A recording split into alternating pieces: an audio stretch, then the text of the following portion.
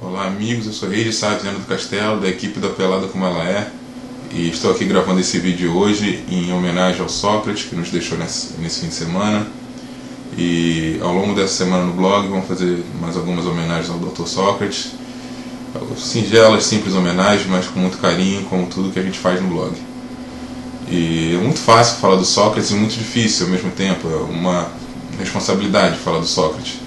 É fácil porque a gente tem muito arquivo do Sócrates, graças a Deus ele é de uma época que já tem televisão, videotape, ele escreveu muita coisa, e tem diversos vídeos, entrevistas, deu muita entrevista, muitos gols gravados.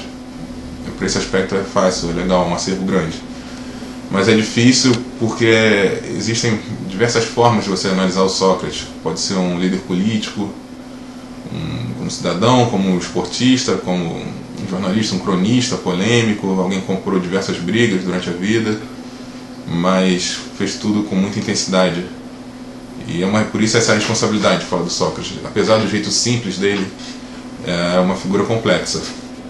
E hoje aqui no blog, primeiro para situar, o objeto da minha tese de conclusão de curso no jornalismo foi aquele time do Corinthians, da democracia corintiana. E eu nasci em 86, eu não vi esse time jogar, eu costumo falar que eu li esse time, eu não vi. E estudei, fiz diversas entrevistas, li muitos livros, inclusive o do Sócrates, que é muito bom. E sobre aquele tempo, acho que, se não me engano, se chama Democracia Corintiana, da Utopia ao Campo de Jogo. Enfim, são diversas histórias que eu aprendi lendo e em entrevista. Eu pensei em uma que tem a ver com a gente aqui, trata de pelada. Sócrates era um grande peladeiro, gostava muito, não abria mão de jogar, e jogou enquanto teve saúde para jogar pelada, jogou essas peladas, principalmente em Ribeirão Preto, como é essa que eu vou contar nessa história. Se passa em 1984, já era o início do fim daquele time da democracia corintiana, começo de 81 para 82, quando o Casagrande volta da Caldense, estava emprestado, é um marco do início daquele time, uma diretoria nova, com outros pensamentos, mas se engana quem pensa que a democracia corintiana era uma unanimidade, nunca foi, nem entre os torcedores do Corinthians. Havia muita gente que confundia aquilo com bagunça, e a oposição do Corinthians tratava de mostrar aquilo como se fosse uma bagunça, ninguém manda em ninguém, e era um argumento da oposição, que era chefiada, capitaneada aquela oposição pelo Vicente Mateus, que é outra figura riquíssima, ídolo corintiano também, mas que tinha ideias opostas àquela. E quando o presidente, a diretoria que iniciou a democracia corintiana entra no Corinthians, é porque venceu o Vicente Mateus nas urnas, e depois ele voltaria a ser presidente do Corinthians mais uma vez, também com competência. Então, mesmo os jogadores, o Leão é um jogador em 83, chegava e não concordava com aquilo. Não era simples, assim, muita gente botava na conta da democracia corintiana algumas derrotas do Corinthians.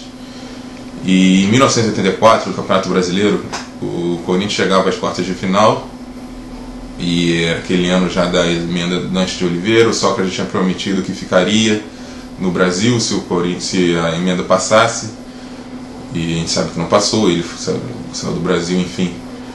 E naquele 1984, o Corinthians chega às quartas de final do Campeonato Brasileiro para jogar contra o Flamengo, o primeiro jogo no Rio de Janeiro e o segundo em São Paulo.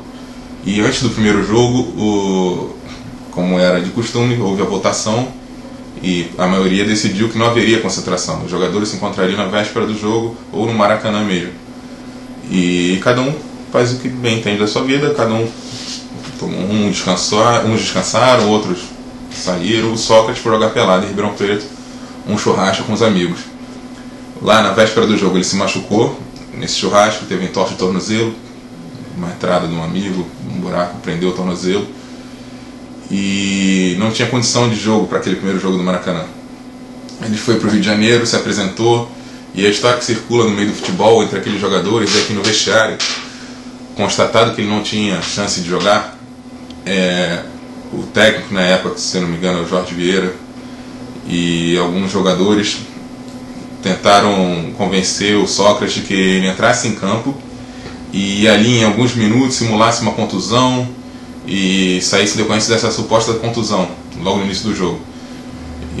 Porque senão todo mundo sabia que se ele não entrasse em campo e as pessoas soubessem da verdade, que ele se machucou no churrasco, todo mundo cairia em cima de novo, de pau em cima da democracia corintiana, seria ela culpada por essa infelicidade do Sócrates e pela possível eliminação do Corinthians. O Sócrates negou essa farsa, foi ao público e disse que se machucou no churrasco, que estava com os amigos, bebendo cerveja, jogando pelada. O Corinthians jogou aquele jogo no Maracanã, jogou muito mal, o jogo foi 2-0 ao Flamengo. Gols do Éder e do Bebeto, e foi para São Paulo precisando reverter, ganhar de 3 gols de diferença. E para o jogo da volta as pessoas perguntavam por Sócrates, aquela semana foi muito dura para ele, a torcida protestou, balançou o carro dele na saída de um treino, a relação foi conturbada, mas ele simplificou tudo e disse que para o Corinthians passar bastava fazer um gol a cada meia hora de jogo. O Corinthians foi para aquele jogo sob pressão, o Sócrates entrou com o meião amarelo, que eram as cores da direta, e o jogo foi 4-1 Corinthians, ele liderou aquele time, e numa tarde épica do Zenon, jogou muito.